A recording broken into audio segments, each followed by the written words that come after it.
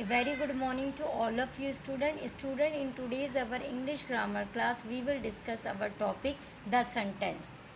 Students, आशा करते हैं कि आप सभी अपने घर में स्वस्थ होंगे। आज हम अपनी इंग्लिश ग्रामर की क्लास में द सेंटेंस टॉपिक को पढ़ेंगे। सो स्टूडेंट, सबसे पहले हम जानेंगे कि सेंटेंस क्या है। First of all, student, we will discuss what is a sentence. A sentence is a group of words arranged in a particular order which gives a complete sense. Student, sentence वाक्य कहलाया जाता है और ये समूह होता है शब्दों का जिसे कि हम एक खास क्रम में रखते हैं और जिसका कि अपना एक कंप्लीट सेंस होता है। So, look at below subject plus verb plus object. This is the order which is required to make a group of words as a sentence. Subject is the main person or the main thing about which the sentence is telling something. Verb is action word and object is the thing on which subject is doing any kind of work. So student, जैसे कि अभी हमने बताया है कि sentence शब्दों का वो समूह है जिसे कि एक खास क्रम में रखा जाता है और जिसका अपना एक मतलब होता है। इस क्रम को समझने के लिए नीचे देखिए, सब्जेक्ट यानी कि कर्ता प्लस वर्ब यानी कि क्रिया प्लस ऑब्जेक्ट यानी कि आपकी वो चीज़ जिसके ऊपर कि कर्ता काम करता है। तो ये वो क्रम है जिसमें कि किसी सेंटेंस को रखा जाता है। Student, look at below at two example. I like chocolate. I like chocolate. Here I is subject, like is verb, chocolate is object. So it is a sentence and it has a meaning that I like chocolate or I am fond of chocolate. Below there is another sentence, like chocolate I. It is not a sentence because it starts with a verb, then come object and then come subject. That's why it does not give a complete sense of its own. Also, it is not in a particular order. Now, we will also discuss kinds of sentences. Students, अब हम अपने कुछ examples को देखेंगे जिससे कि हम इस क्रम के पर्टिकुलर क्रम के सिद्धांत को अच्छे तरीके से समझ सकते हैं। आई लाइक चॉकलेट मतलब कि मुझे चॉकलेट पसंद है। आई सब्जेक्ट है, लाइक वर्ब है, ऑब्जेक्ट आपका इसमें वो चीज़ है जिसके ऊपर आई काम करता है या जो बता रहा है कि आई को क्या पसंद है, यानी कि आई को चॉकलेट पसंद है। तो यहाँ पर इसका अपना एक सेंस भी है, प्लस ये चीज़ हमारे सही क्रम में भी है, यानी कि subject plus verb plus object. तो ये एक सेंटेंस है। अब नीचे दिए गए दूसरे उदाहरण को देखिए, लाइक चॉकलेट आई। लाइक यहाँ पर आपका वर्ब है, चॉकलेट ऑब्जेक्ट है और आई सब्जेक्ट है। तो ये एक सेंटेंस नहीं है क्योंकि इसका क्रम भी सही नहीं है। साथ ही में इसमें आपके दिए गई जो चीज़ें हैं वो आपके किसी प्रकार का मीनिंग नहीं बना पा रही हैं। इसी के साथ हम पढ़ेंगे कि वाक्य कितने प्रकार के होते हैं। So student, in order to understand kinds of sentences, we will discuss it one by one. First of all come declarative and assertive sentences. These sentences include fact, occurrence, condition and an event. Example, my father is a doctor. Student, सबसे पहले हम पढ़ेंगे declarative और assertive sentences को, जो कि पहला भेद है सेंटेंस यानी कि वाक्य क्या।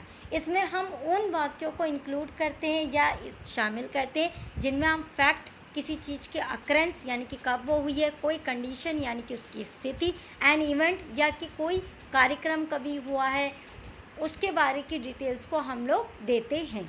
इसका एक उदाहरण है, my father is a doctor. ये एक फैक्ट है कि मेरे पिता एक डॉक्टर हैं। There are two types of declarative और असर्टिव सेंटेंसेस। हमारे यहाँ पर दो तरीके के डिक्लेरेटिव और असर्टिव सेंटेंसेस होते हैं। Affirmative sentences, it conveys positive idea and thought. Example, I have a dog. Affirmative sentences आपके वो एग्जाम्पल है डिक्लेरेटिव और असर्टिव सेंटेंसेस के जहाँ पर आपको सकारात्मक आइडिया या थॉट मिलते हैं। सकारात्मक से मतलब है जहाँ आपकी सोच में कुछ भी नेगेटिव या ना नहीं होता है। Example, I have a dog, यानी कि मेरे पास एक कुत्ता है। Now come negative sentences. It conveys negative idea and thought. It conveys मतलब इसमें हम नेगेटिव विचारधारा या किसी नेगेटिव सोच को दे रहे होते हैं। नेगेटिव मतलब जिसमें नकारात्मकता होती है। Use of no not never is done here. यहाँ पर हम नो नॉट नेवर का इस्तेमाल करते हैं। Example, I don't have a dog, मेरे पास एक कुत्ता नहीं है। Now we move forward to interrogative sentences. These are use to ask questions. Interrogative sentences वो सेंटेंसेस होते हैं जिनमें कि हम सवालों को पूछते हैं। Types of interrogative sentences. Interrogative sentences के भी अपने प्रकार या भेद होते हैं। सबसे पहले यस और no types of questions. These types of questions are those question where answer can be given in only yes and no. It starts with helping verb mostly. Example, they start with do, does, is, has, etc. Students, interrogative sentences वो sentences होते हैं जिनमें अगर हम जवाब yes और no में दे पाते हैं तो हम उन्हें कहते हैं yes और no टाइप के sentences. For example, ऐसे सेंटेंसेस जब भी शुरू होते हैं तो वो आपके हेल्पिंग वर्ब के साथ स्टार्ट होते हैं, जैसे कि do, does, is, has, etcetera. For example, do you like coffee? Answer, yes, I like coffee. Second types of questions are those question which are asked by the use of what, how, where, when, or we can simply say that by the use of mostly WH family. These are those types of question where we can't give answer in just yes or no, where some another kind of fact is required to give the answer of the question in a satisfactory manner. For example, someone asks you what is your name? So my answer is my name is Ram Kumar और my name is Geeta. Students, हमारे दूसरे प्रकार के सवाल उस प्रकार के सवाल होते जिनमें कि हम जब किसी भी सवाल को करते हैं तो हम जवाब को हाँ या ना में नहीं दे पाते और यहाँ पर हम अपने सवाल का जवाब देने के लिए किसी दूसरे स्टेटमेंट को बताते हैं. इस प्रकार के जो सवाल है वो हु, व्हेन, विच, वेयर इस प्रकार से इस्तेमाल होते हैं जिन्हें कि हम WH फैमिली के नाम से भी जानते हैं. तो अगर हमारा एक उदाहरण आप यहाँ लीजिए, व्हाट इज़ योर नेम, आपका नाम क्या है, तो इसे हम हाँ ना में ना बोल करके my name is Ram Kumar के नाम से जो है इसका जवाब देंगे. जबकि हमारे पहले जो सवाल थे उनमें हम किसी भी चीज़ का अगर प्रश्न करते हैं तो हम उनका जवाब सिर्फ हाँ और ना में भी दे सकते हैं, इसलिए हम इन्हें यस और नो टाइप के क्वेश्चंस कहते हैं. इनको हम हेल्पिंग वर्ब द्वारा ज़्यादातर इस्तेमाल करते हैं, जैसे कि do, does, is, has, shall, have. Example, do you like coffee? Yes, I like coffee. क्या आपको कॉफ़ी पसंद है? हाँ, मुझे कॉफ़ी पसंद है.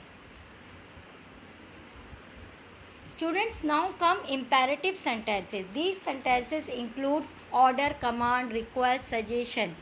In these types of sentences, subject is generally omitted. Student, ये वो वाक्य है जिसमें कि हम ऑर्डर यानी कि किसी प्रकार का आदेश देते, कमांड किसी का आज्ञा को आपको मानना हो ऐसा देते हैं, आपको रिक्वेस्ट प्रार्थना करते, सजेशन कोई सलाह देते. इन सभी तरीके के सेंटेंस में सब्जेक्ट यानी कि कर्ता को हम नहीं यूज़ करते या कर्ता इसमें इस्तेमाल नहीं किया जाता है. फॉर एग्ज़ाम्पल, रन फास्ट, तेज़ दौड़ो, ये एक आपका ऑर्डर है. टेक केयर, अपना ख्याल रखो, ये आपका एक सजेशन है. Now come exclamatory sentences. These sentences include our sudden feeling likes anger, sadness, surprise, etcetera. ये उस प्रकार के सेंटेंसेस है जिसमें कि हम अपनी भावनाओं को दिखाते हैं और इसमें हम अपना गुस्सा दिखा सकते हैं, अपना सैडनेस यानी कि उदासीनता को दिखा सकते हैं. स्टूडेंट, जैसे कि अभी हमने बताया कि एक्सक्लेमेटरी सेंटेंसेस वो सेंटेंसेस होते जिसमें कि हम अपनी फीलिंग को बता सकते हैं, यानी कि हम अपना गुस्सा, दुख, सरप्राइज़ यानी कि आश्चर्य, इन सभी चीज़ों को बता सकते हैं या जिसमें हमारी ये सारी फीलिंग्स दिखती हैं, उन्हें हम एक्सक्लेमेटरी सेंटेंसेस के रूप में जानते हैं। स्टूडेंट, इन सभी सेंटेंसेस में हम एक्सक्लेमेटरी मार्क का इस्तेमाल करते हैं, जो कि यहाँ पे ब्रैकेट में हमने बनाया है, यानी कि डंडा और उसके नीचे बिंदी। फॉर एग्जाम्पल, अगर हमसे पूछा गया, हमने बोला है ओह आई लॉस्ट माई कीज़, तो ये यहाँ पर एक दुख को दिलाता है कि आपने अपनी चाबियाँ खो दी हैं। Similarly, wow what a wonderful dress, यहाँ पे ये एक आश्चर्य है कि ड्रेस बहुत ही सुंदर है। Students, in all exclamatory sentences we use exclamatory words like oh, wow, well done, alas, etc. And similarly, exclamatory sign is also used at the end of these sentences mostly. For example, oh, I lost my key is an example where feeling of sorrow is there because I lost my key. It is a kind of loss for me. Similarly, wow, what a wonderful dress it is. When we talk about these kinds of sentences, then it means that it shows a feeling of surprise that this kind of dress you not seen earlier. So that's why we saying wow, what a wonderful dress. Now at last come operative sentences. These sentences include wish or blessing. These types of sentences generally use the word may. Example, may you live long, may God bless you.